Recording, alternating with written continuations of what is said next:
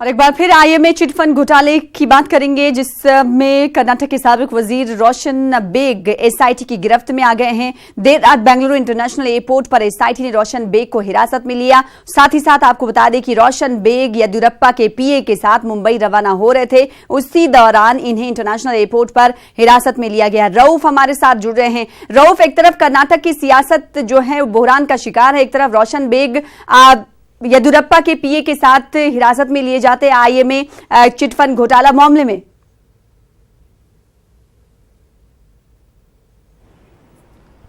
जी देखिए, इस पूरे मामले में एक तरह से सियासत हो रही है। क्या रियासती हुकूमत एसआईटी का गलत इस्तेमाल कर रही है, ये सवाल उठकर सामने आ रहा है, क्योंकि जिस अंदाज में रोशन बेग को कल एयरपोर्ट पर हिरासत में लिया गया और अचानक जो है वो उन पर ये इस वजह से अभी तक क्यों हिरासत में रोशन बेग को नहीं लिया गया था।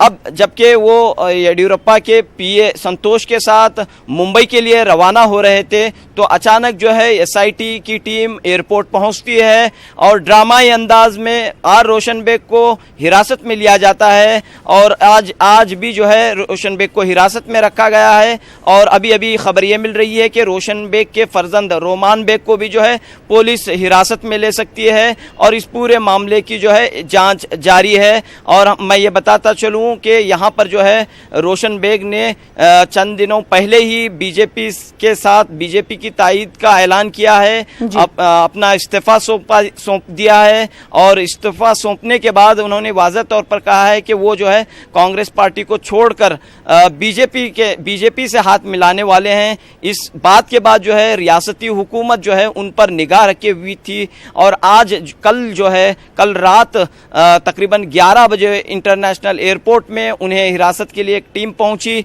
और रात देर तक यानी कि 3 बजे तक जो है उनसे पुलिस ने इन्वेस्टिगेशन किया है, मालूमात हासिल की हैं और ये जांच पड़ताल का सिलसिला जारी है। ये हकीकत ये भी है कि रोशन बेग और आईएमए के दरमियान, आईएमए के मैनेजिंग डायरेक्टर मोहम्मद मंसूर खान के दरमियान करीबी ताल्लुकात रहे हैं। कई रोशन बेग हों, मंसूर खान हो, कई प्रोग्राम मुश्तरका तौर पर अंजाम दिए हैं, ये एक हकीकत रही है। लेकिन सवाल इस बात पर उठ रहा है कि एसआईटी ने जिस वक्त में जो वक्त इख्तियार किया है उन्हें हिरासत में लेने का, उसको लेकर जो है सवालात उठ रहे हैं। क्योंकि एक जानिब जो है रोशन बेग के सिलसिले में जिस अंदाज में जो गिरफ्तारी हुई है, क्या वो सियासी तौर पर उन्हें ब्लैकमेल करने की कोशिश की गई है। क्योंकि कुछ दिनों पहले यानी 2 दिन कबल रोशन बेग ने वजीर आला एचडी कुमारस्वामी से मुलाकात की थी।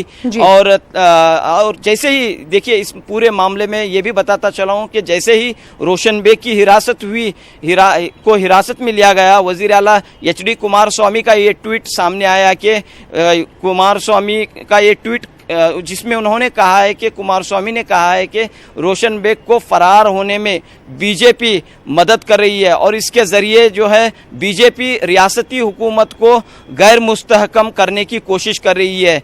यानी कि कुमारस्वामी कह रहे हैं कि इस पूरे मामले के ज़रिए जो है बीजेपी जो है रास्त तौर पर कर्नाटक की हुकूमत को, कर्नाटक की मखलूत हुकूमत को, कांग्रेस और जेडीएस की मखलूत हुकूमत को गिराने की कोशिश कर रही है। तो ये एक तरफ से जो है एक तरफ से जांच की कार्रवाई हो रही है, तो दूसरी जानिब जो है इस पर सियासत भी हो रही है। बहरहाल ये सब चीज़ें जो हैं क्या हैं, इस इन्वेस्टिगेशन के बाद मालूम हो जाएंगे कि किस पर क्या इल्ज़ामात हैं। जैसा कि अब हम देखते हैं कि आईएमए के धोखाधड़ी के मामले में 20 से ज़ायद अफराद गिरफ्तार हो चुके हैं। इसमें बेंगलुरु के DC Vijay Shankar, assistant commissioner Nagraj और कई बड़े शख्सियात, एक रियासत के एक मारूफ आलिम दीन मौलाना हनीफ अफसर अजीज़ी भी गिरफ्तार हुए हैं।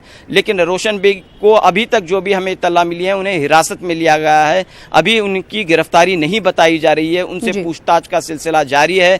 देखना यह है कि आज जो सुप्रीम कोर्ट का फैसला आने वाला है, क्योंकि उन्होंने अपना इस्तीफा सौंपा है लेकिन स्पीकर ने उनका इस्तीफा बतौर एमएलए कबूल नहीं किया है।